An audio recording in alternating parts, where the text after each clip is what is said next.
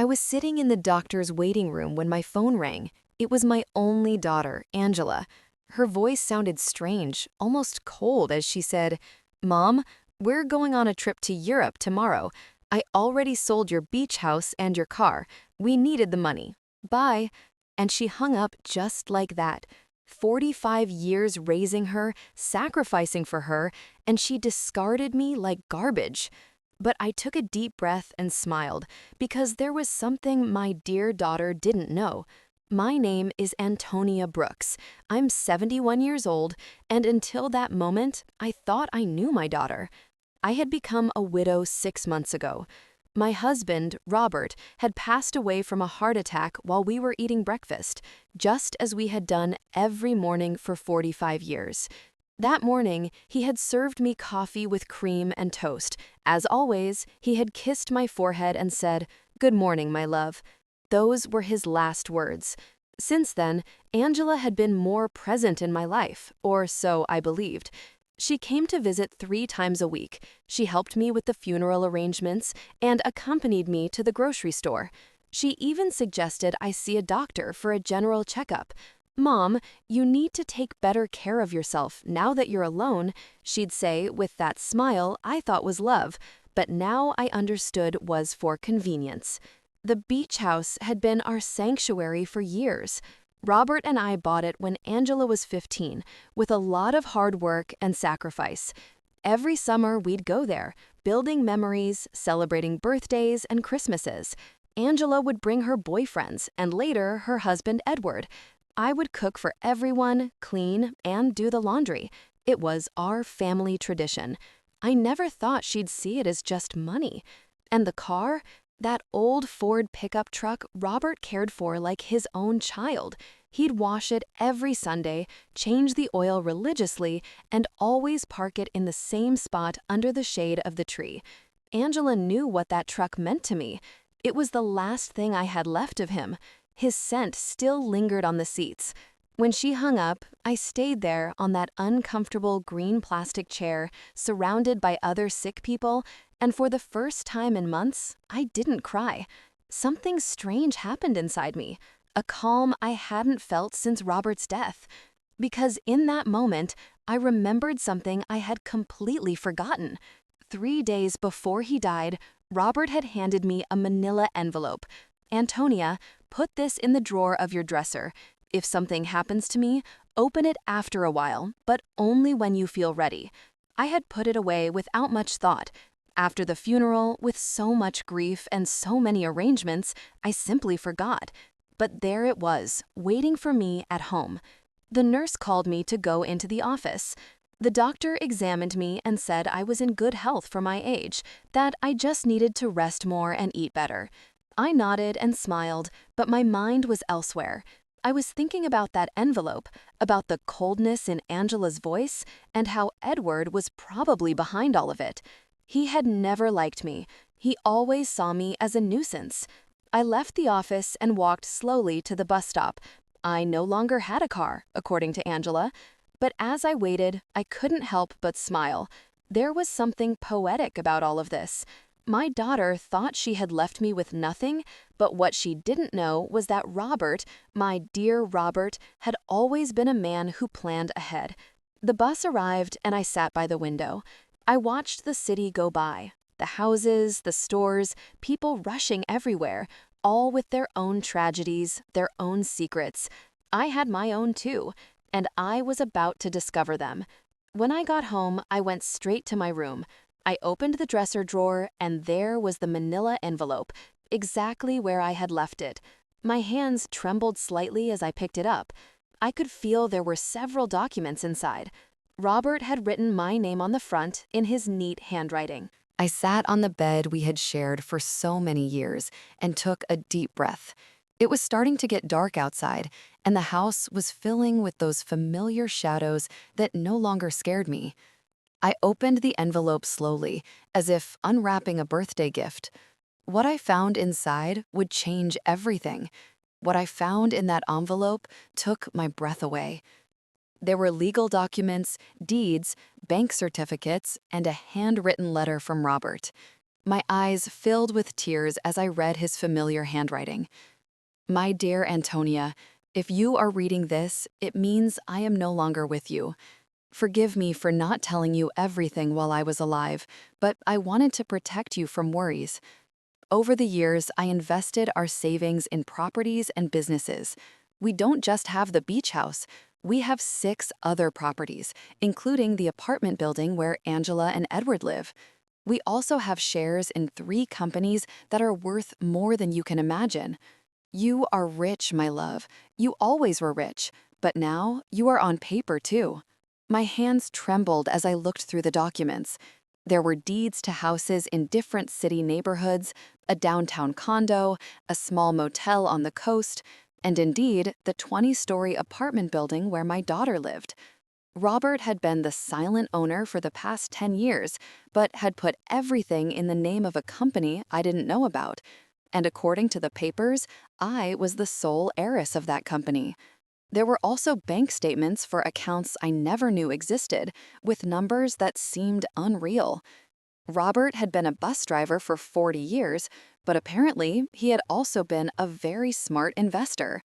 Every penny we saved, every sacrifice we made, he had multiplied in silence, and I never knew anything.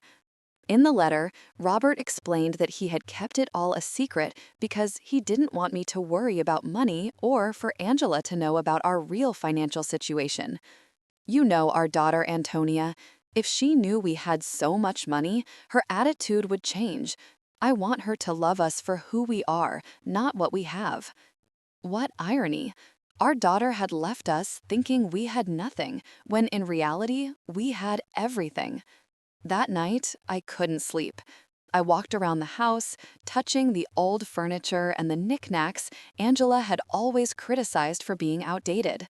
I looked at the family photos on the wall, especially the one where she was 5 years old, sitting on Robert's lap and laughing. Where did that sweet little girl go? When did she become so cold, so calculating? The next day, early in the morning, the phone rang. It was Angela again.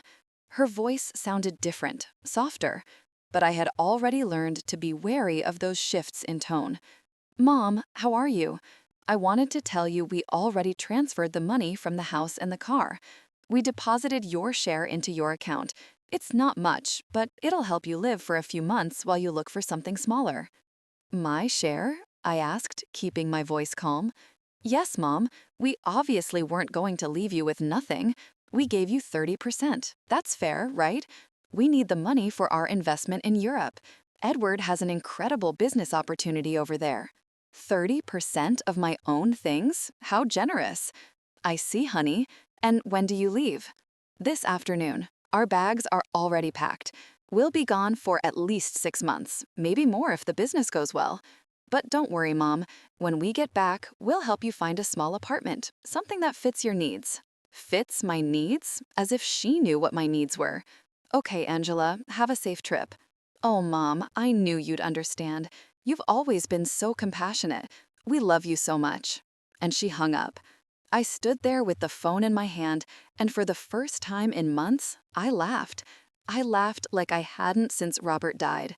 The situation was so absurd, it was comical. My daughter had robbed me, kicked me out of my own house, talked to me with unbearable condescension, and all to fund a European adventure that would probably be a disaster. But what bothered me most wasn't the money. It was the ease with which she had discarded me. 45 years of my life dedicated to her, of sacrifice, of unconditional love, and she had erased me from her life with a 2-minute phone call. That was what truly hurt.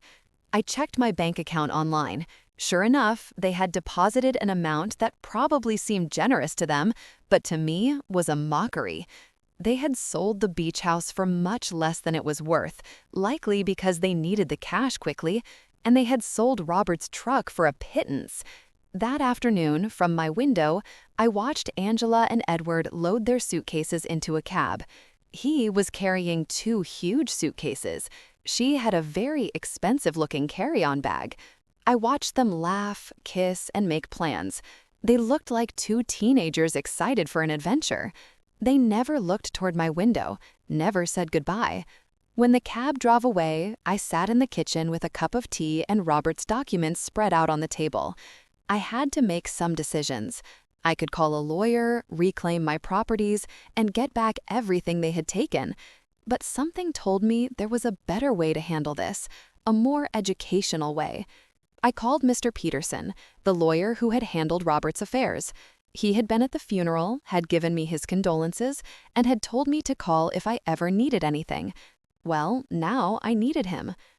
"Mrs. Brooks, it's good to hear from you. How are you?" "I'm doing well, Mr. Peterson. I need to see you urgently. I found some documents from Robert that I don't quite understand." "Of course. You can come to my office tomorrow morning. I'll be there." That night, for the first time in months, I slept soundly. I dreamed of Robert. He was sitting in his favorite chair reading the newspaper, just like every morning. And when he saw me, he smiled and said, "It's about time, my love. It's about time you stood up for yourself." I woke up with a strange feeling. It wasn't exactly happiness, but it wasn't the sadness I had felt for so many months either. It was something like determination. For the first time since Robert's death, I had a clear purpose. I was going to get back what was mine, but not in the way Angela expected. The next morning, I got dressed with more care than usual. I put on my wine-colored dress, the one Robert always said made me look elegant. I fixed my hair and put on a little makeup, and when I looked in the mirror, I saw a woman I hadn't seen in a long time. I saw a strong woman. Mr. Peterson's office was downtown. It was an old but elegant building with marble floors and large windows. He greeted me with a warm smile, but when I showed him the documents, his expression changed completely. "Mrs. Brooks, this is much more than I imagined. Robert was a very smart man.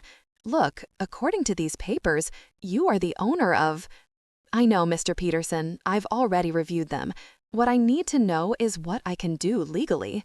Mr. Peterson explained that everything was in order, that the documents were legitimate, and that I was the rightful owner of all those properties. He also confirmed something I had already suspected. The sale of the beach house was illegal because Angela had no right to sell it. "We can get the house back immediately, Mrs. Brooks, and we can also proceed with legal action against your daughter for fraud." "No, Mr. Peterson, I don't want to proceed with legal action. I want to do this another way. I want everything to remain a secret for now. Can you help me?" He looked at me with curiosity, but he nodded. "Of course, you are my client." "What do you need?" "I need you to discreetly get the beach house back, do what is necessary to nullify that fraudulent sale, and I need you to help me gain real control of all my properties, especially the building where my daughter lives." "I understand. It will be a process that takes a few weeks, but it's completely feasible." "Perfect. And Mr. Peterson, I need no one to know I am behind all of this, at least for now." When I left his office, I felt as if I had woken up from a very long dream. I walked through the downtown streets, watching the people, the buildings, the life that was going on as normal. But for me, everything had changed. I had a plan. The following weeks were the strangest of my life. Officially, I was a poor widow who had been abandoned by her daughter, but in secret, I was a rich woman silently orchestrating the recovery of my assets. Mr. Peterson worked efficiently, and every few days he would call me with updates on the progress of the legal proceedings. I decided to stay in my house for the time being. It was mine after all, although Angela probably expected me to move into a single room. Every morning I would wake up, have breakfast at the same table where Robert and I had shared so many years, and then go for a walk in the neighborhood. The neighbors would greet me with that mix of pity and curiosity they reserved for recent widows. Aurora, my lifelong neighbor, came up to me one afternoon while I was watering the plants in the front. "Antonia, dear, is it true that Angela went to Europe and left you all alone?" "Yes, Aurora, she went with Edward. They have business plans over there." "And how are you going to live, sweetie? We all know Robert didn't leave much money." "If you only knew," I thought. "Don't worry, Aurora, I'll be fine."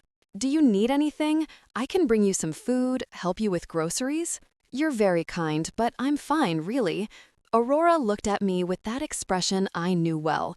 It was the same look I had received after the funeral. Compassion mixed with a little relief that it wasn't her tragedy. Well, you know where to find me if you need anything. These conversations were constantly repeated. The butcher, the baker, the lady at the corner store, everyone spoke to me with that soft tone they use with the unfortunate, and I would nod, smile, and thank them for their concern. But inside, a part of me enjoyed this performance. It was like living a double life. Mr. Peterson called me one Wednesday morning. "Mrs. Brooks, I have good news. I was able to nullify the sale of the beach house. The buyers didn't know the sale was fraudulent, so they got their money back without any problems. The house is yours again." "Excellent, Mr. Peterson. And the building where Angela lives?" "That one is more complicated. Technically, you've always been the owner through the company, but we need to make some administrative changes so that you have direct control. That should take another 2 weeks." "Perfect. Keep me informed." After hanging up, I sat in the kitchen with my coffee and thought about Angela. She had been in Europe for 3 weeks, and I hadn't heard anything from her. Not a call, not a message, not even a postcard. To her, I had ceased to exist the moment she got the money she needed. But I knew that was going to change soon. I decided to visit the beach house. I took the bus to the coast, the same route Robert and I had taken hundreds of times. The house was exactly as I remembered it. Small, painted cream-colored, with a porch overlooking the ocean. The new owners had put some potted plants on the steps, but other than that, everything was the same. I sat on the curb across the street and looked at it for an hour. I remembered summer afternoons when Angela was little, running on the beach and building sand castles, Robert grilling fish on the barbecue while I made salads in the kitchen, Angela bringing friends, then boyfriends, then Edward. All those happy moments that she had reduced to a simple commercial transaction. An older gentleman came out of the house and saw me sitting there. He approached me with curiosity. "Are you okay, ma'am?" "Yes, thank you. I'm just remembering. I knew the former owners." "Yes, I knew them very well. What a shame about what happened. They told us the elderly lady was very sick and needed to sell fast. We thought it was a steal, but it turns out the sale wasn't legal. We had to give the house back." "Did you know them personally?" "No, we did everything through intermediaries, but they told us the daughter was handling everything because the mother couldn't." What a sad situation. If you only knew how sad it really was, I thought. "Well, I'm glad you didn't lose your money." "Yes, luckily everything worked out well, although now we have to look for another house. We liked this one a lot." I left there with a heavy heart. It wasn't just the money that hurt. It was the ease with which Angela had lied about me. She had made up a story about my illness. She had used my supposed vulnerability to justify her actions. To her, I wasn't a person with feelings, but an obstacle that had to be removed. That night, I called Mr. Peterson again. "Mr. Peterson, I need you to help me with something else. I want to get Robert's truck back, too." "That will be more difficult, Mrs. Brooks. The truck was in your name, but your daughter had a power of attorney that allowed her to sell it." "How is that possible?" "Apparently, you signed that power of attorney a few months ago, after your husband's death. Don't you remember?" There it was. The moment Angela had started planning all of this, I vaguely remembered signing some papers she had brought to me, telling me they were to facilitate the funeral and inheritance arrangements. I had been so confused by grief that I signed without reading. How naive I had been. "I understand, Mr. Peterson. Is there any way to get it back?" "We can try, but it will be more complicated. We would need to prove that you signed that power of attorney under deception or coercion." "Let's do it. I want to get back everything they took from me." Over the next few weeks, I developed a strange routine. In the mornings, I was the poor widow everyone knew. I would go out to buy necessities, talk to the neighbors, and keep up appearances. But in the afternoons, I became a businesswoman. I would study Robert's documents, talk to Mr. Peterson, and plan my next move. I learned things about finance I never thought I would need to know. I discovered that Robert had been much smarter than I thought. Every one of his investments had been carefully calculated. The building where Angela lived, for example, wasn't just profitable from rent, it was in an area that was rapidly appreciating. I also discovered that Edward, Angela's husband, had a lot of debt. He had taken out loans using the apartment they lived in as collateral, not knowing he wasn't the real owner. When the banks figured this out, he was going to be in serious trouble. Mr. Peterson called me one Friday with important news. "Mrs. Brooks, we've finished all the paperwork. You now have total control of all your properties. I also got Robert's truck back. The buyer turned out to be an acquaintance of mine, and when I explained the situation, he agreed to return it in exchange for a small compensation." "Excellent work, Mr. Peterson. Now I need you to help me with one more thing. I want you to send a letter to my daughter." "What kind of letter?" "An eviction notice." There was silence on the other end of the line. "Mrs. Brooks, are you sure you want to do this?" "Completely sure." She decided I wasn't important in her life. Now she's going to find out how important I really am. "I understand. Do you want me to send it to Europe?" "No, I want you to give it to her when she gets back. I have a feeling it's going to be very soon." That same afternoon, Aurora came running to my house with fresh neighborhood news. "Antonia, did you know that Edward is in trouble with the bank? My brother-in-law, who works there, told me they're investigating some loans he took out using the apartment they live in as collateral. But it turns out the apartment isn't his." "Really?" "Yes, and it seems Angela didn't know anything. They're saying she's going to have to come back from Europe to sort out this mess." What a complicated situation. Yes, and the worst part is, apparently, Edward lied to her about the business in Europe. There was no business. He just wanted to escape the debts he had here. Perfect. Everything was working out exactly as I had expected. Angela had trusted Edward, had sacrificed her relationship with me for him, and now she was discovering that he wasn't the man she thought he was. That night, I sat on the porch with a cup of tea and looked at the stars. Robert used to say that the stars were the souls of people who had lived a full life, watching over their families from the sky. If that was true, then he was up there, watching his plan unfold perfectly. "Thank you, my love," I said to the sky. "Thank you for taking care of me even after your death." The next day, Mr. Peterson called me early. "Mrs. Brooks, I have some news. Your daughter just arrived in the country. She's at the airport." "Alone?" "Yes. Apparently, Edward stayed in Europe. There are rumors they had a very big fight." "I see. Did you send the letter?" "I'm going to send it today. She should receive it tomorrow." I hung up the phone and stood there in the kitchen, feeling a mix of nervousness and anticipation. After so many weeks of silent planning, the moment for the first real move had finally arrived. Angela was about to discover that her mother was not the defenseless victim she believed.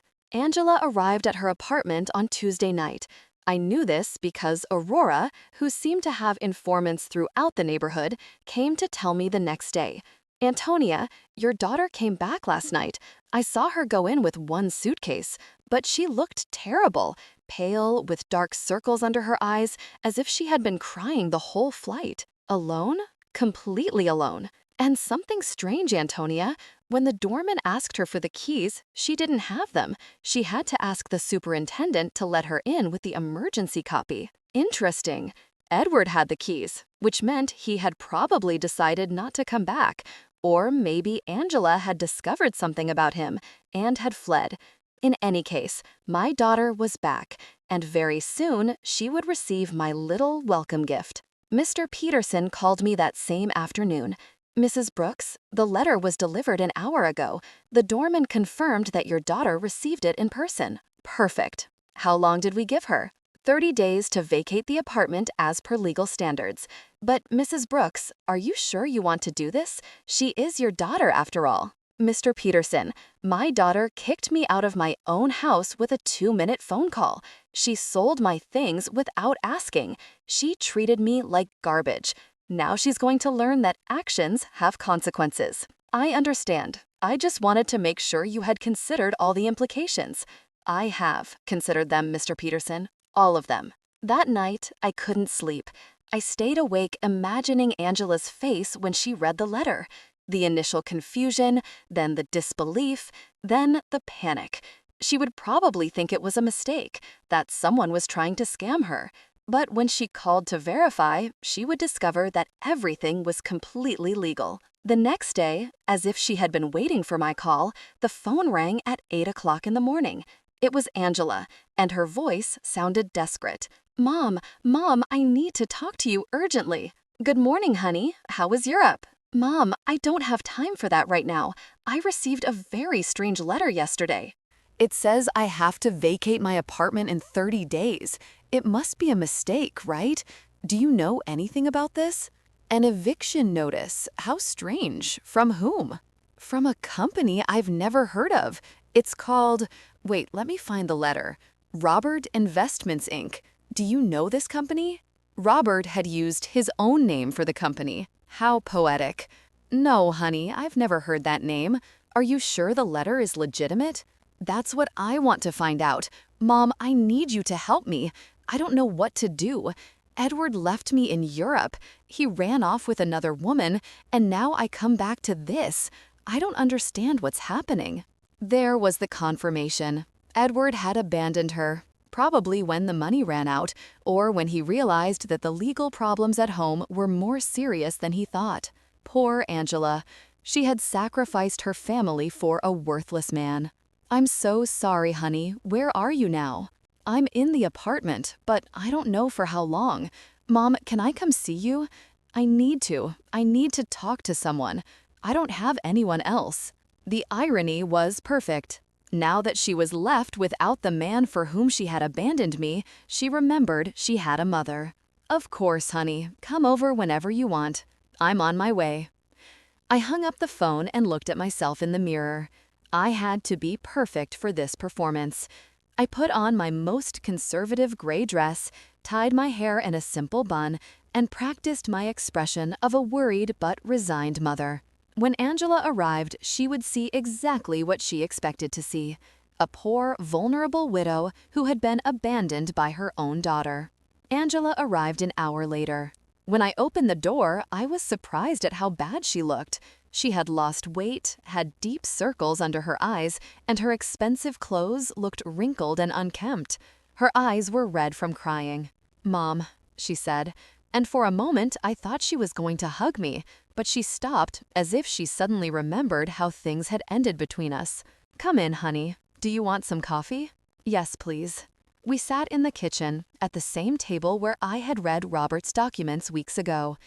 Angela looked small in that chair, lost, just like when she was a child and came to tell me about her school problems.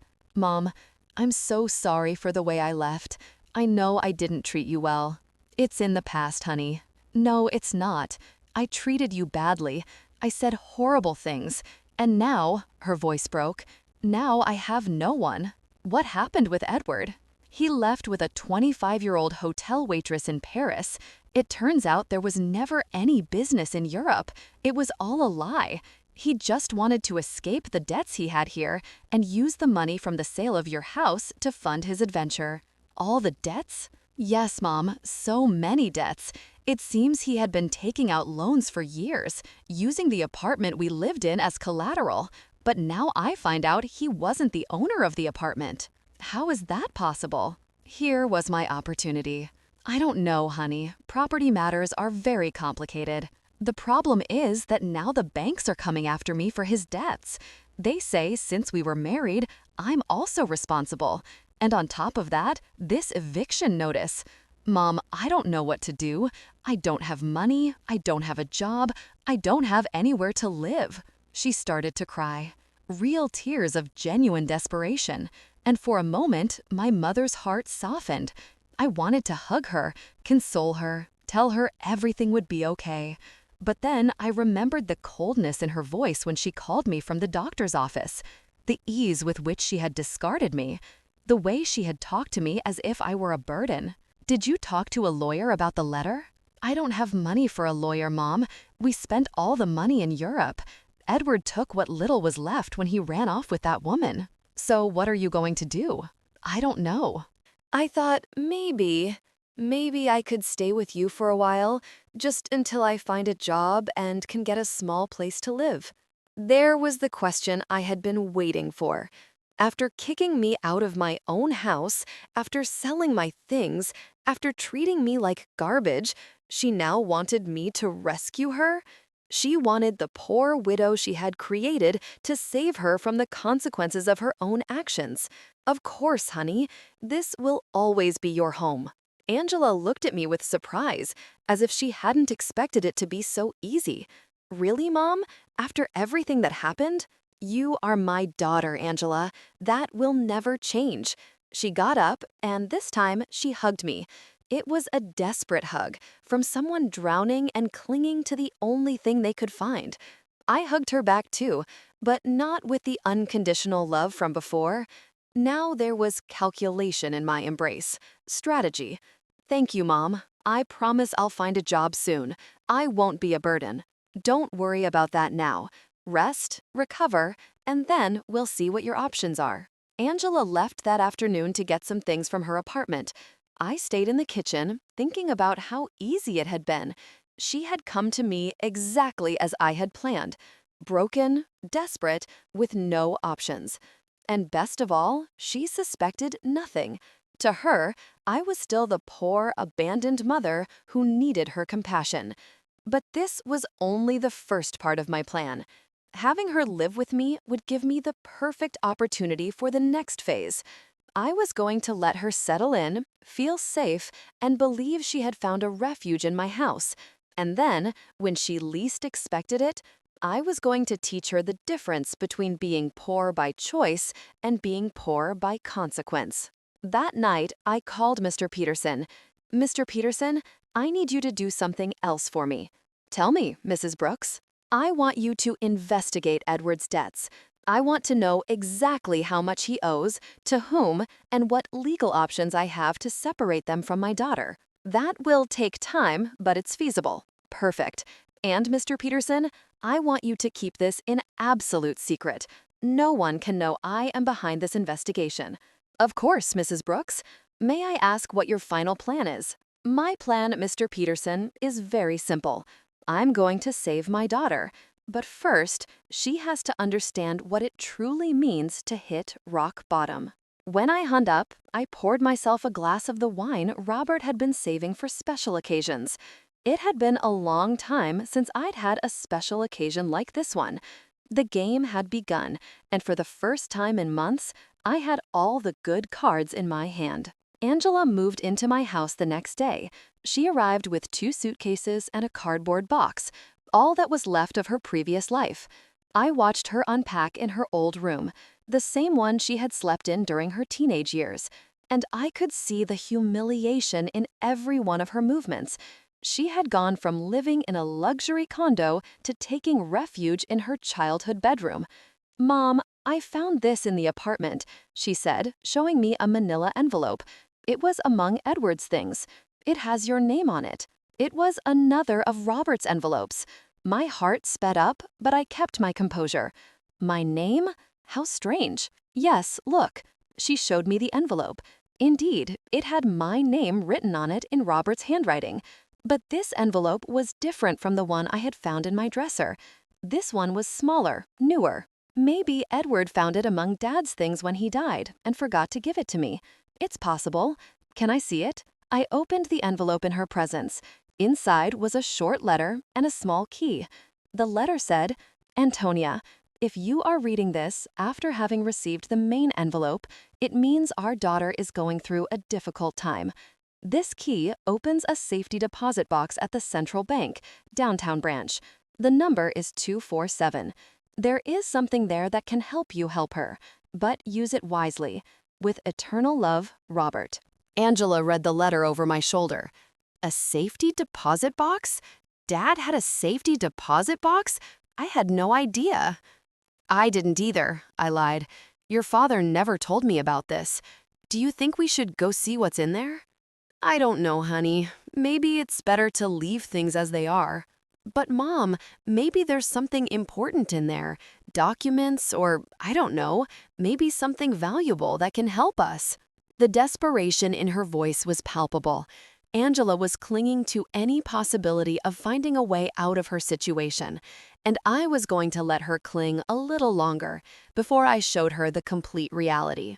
Okay, I said, after a calculated pause, we can go tomorrow.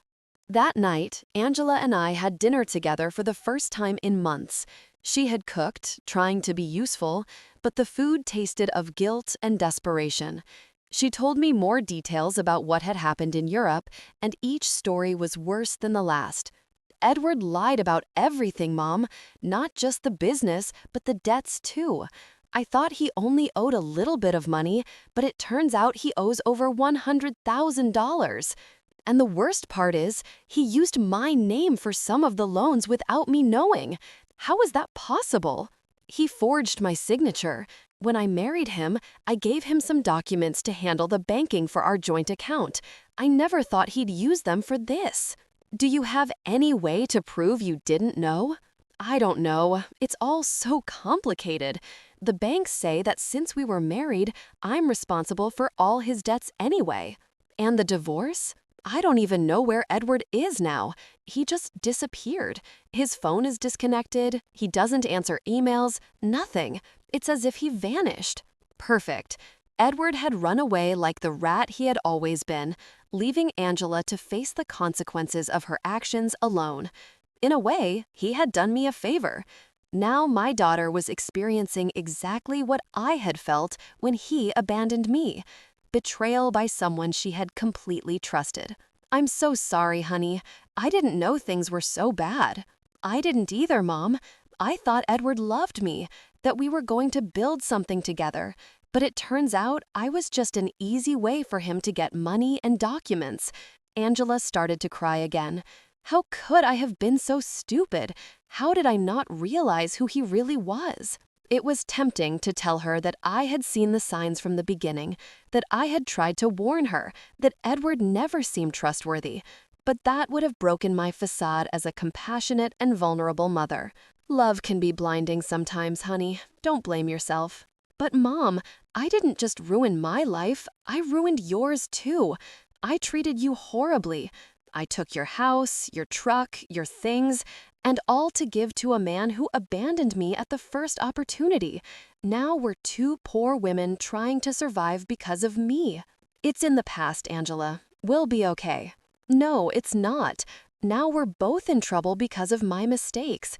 You lost everything Dad left you, and I lost my marriage and my future.